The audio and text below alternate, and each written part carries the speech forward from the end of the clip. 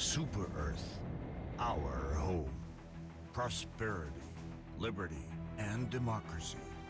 Our way of life. But it doesn't come free.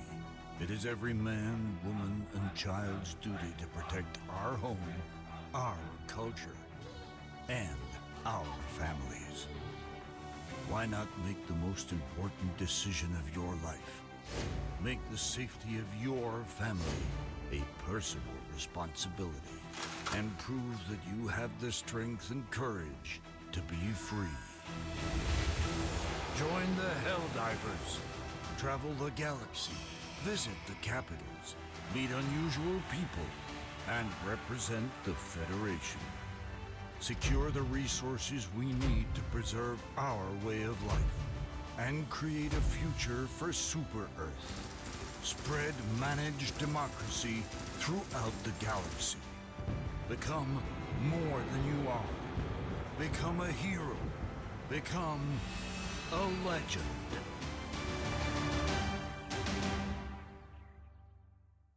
Hey everyone, it's Clinton and I'm back with Helldivers. Yes, we're doing something a little different today. We're not doing Destiny. We will return to our regularly scheduled Destiny programming. I wanted to just branch out and play some other games. And Helldivers is a game that came out last month. It's been getting quite the big push from Sony. You may have seen it featured in the PSN store during their Spring Fever sale. And the game is made by Arrowhead Studios. These guys were responsible for making Magicka for the PC a few years ago. So they partnered with Sony now, which would explain the big promotion and the high exposure for this game. And I thought it would be fun to feature this on the channel because even though it's a very kind of cartoonish top-down twin-stick shooter, it's got a lot of similarities to Destiny, and it actually does some things that I wish Destiny would do.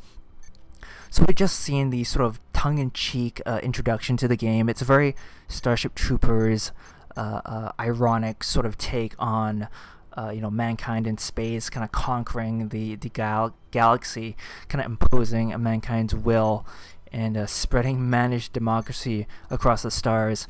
And you play as a soldier in this futuristic human civilization, and your job, of course, is to conquer, search, destroy, conquer, go to various planets throughout the solar system, and just beat down alien races. That's pretty much it. Now, I just want to give you some details on what we're looking at here. We're just on our ship.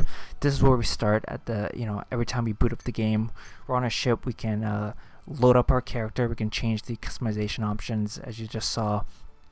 Everyone in the game looks like a hunter from Destiny, with a bit of a space Gestapo twist to it, which is a very intentional choice by the developers.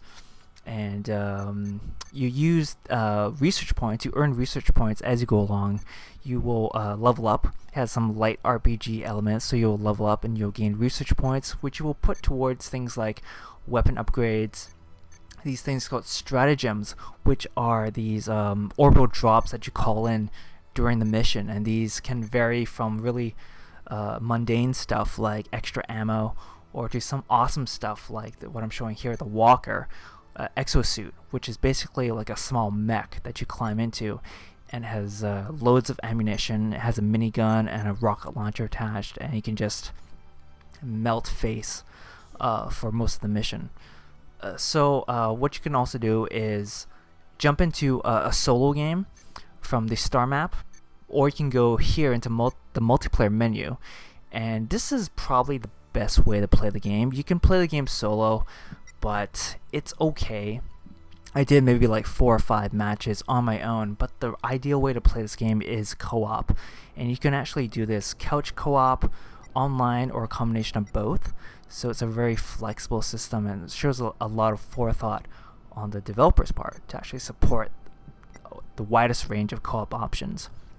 So there are tons of people playing this game right now, and so there's no shortage of games to join.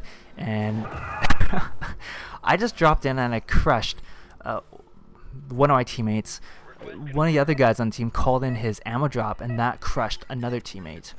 So, and I just nearly got smoked by the player when he got called back in. So that's one thing you can do in this game. If you're down, you're not completely out, but you do have to rely on your teammates to punch in the code to bring you back in. And what I did here was I called in my mech, my Walker exosuit. And even though I threw the beacon like next to that rocky formation there, it actually chose to plant it down the path, and it crushed one of my teammates. So, yeah. Did I just throw down a beacon, or maybe the other guy did? But I felt kind of bad about that, but it's also kind of funny. So there's so much to actually talk about in this game, and in the span of like the 30 seconds after I spawned in, like a bunch of stuff happened, and I'm kind of at a loss of where to start first. So this game is not about holding down the trigger and just spraying your load and just hoping for the best. There's a lot of strategy involved. As you can see, death is always at your doorstep. Friendly fire is always on in this game. I think that's like the defining feature of this game, is like pretty much any of your weapons, any of the things you have accessible as a tool can harm yourself and your teammates. So when someone calls something in, you just gotta steer clear and make sure it doesn't land on you.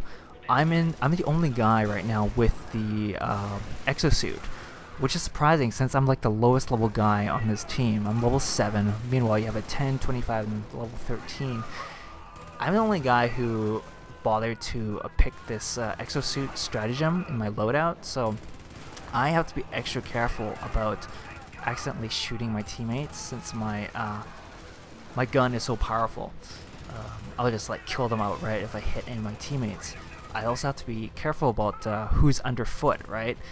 You might have seen just like a minute ago, I was walking, neck and neck with one of my teammates, and he actually got too close to my suit and he got stepped on, and he lost maybe like a quarter of his life. So you really have to be careful in this game, and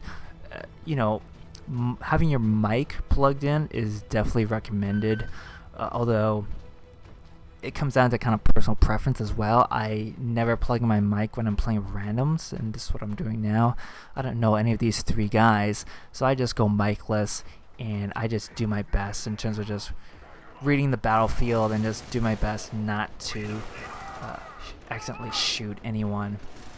And you can see here I'm just pretty much bringing up the rear as the other three guys push forward. They're checking their mini-map to find out the location of each objective on this planet, and I'm just bringing up the rear, trying to get out of the way and provide some support fire. So what else can I say here? The game stresses teamwork, right? As you can see here, it's very chaotic, so it can be actually really hard to maintain order, right? And when you don't have mics, you pretty much just have to follow the leader. Someone's got to take the lead and be like, okay guys, I know where the next objective is, follow me. You see guys do a lot of that spinorama thing with their capes, and that's just from like you twist the sticks around really quickly, and it's a good way to signal to people sometimes. And also there's like some basic emotes in the game. You can do like move, you can see move, affirmative or negative, just kind of standard military sort of acknowledgements. And as if you're not in the walker suit and you're on foot, there are some cool things you can do. We'll get to the cool stuff. I'll just kind of go over more of the basics. You go in with like a primary weapon. You also have access to grenades, which of course you can blow yourself up and your teammates. And you always have to manually reload your guns. There's no auto reload.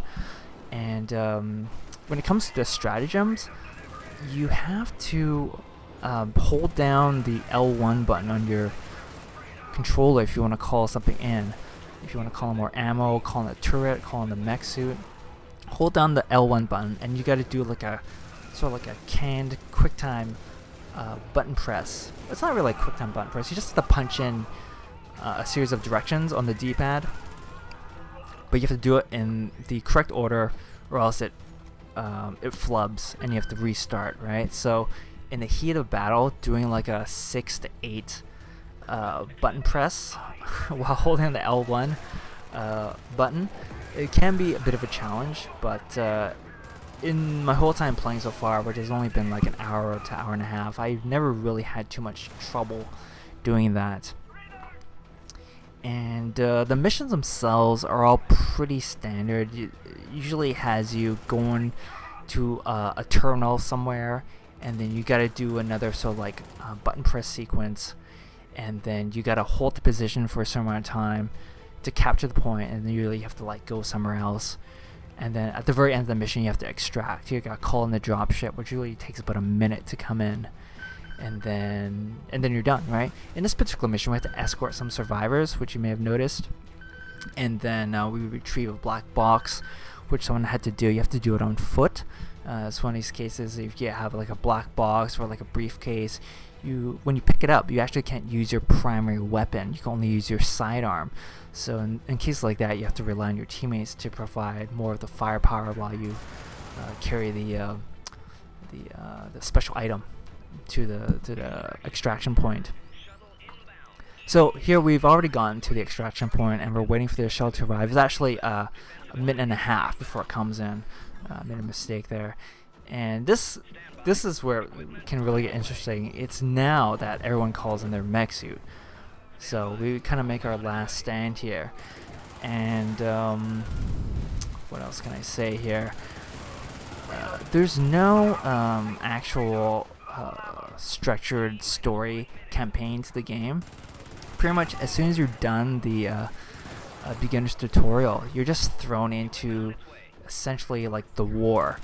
And you may have seen at the top of this video, I was just kind of going to this map and I was viewing 2 different systems, and you basically choose a system where you want to actually do your missions in, and then it's broken down into 2 separate planets, and as you conquer the missions on a planet, you earn influence points, and those go towards like a collective pool.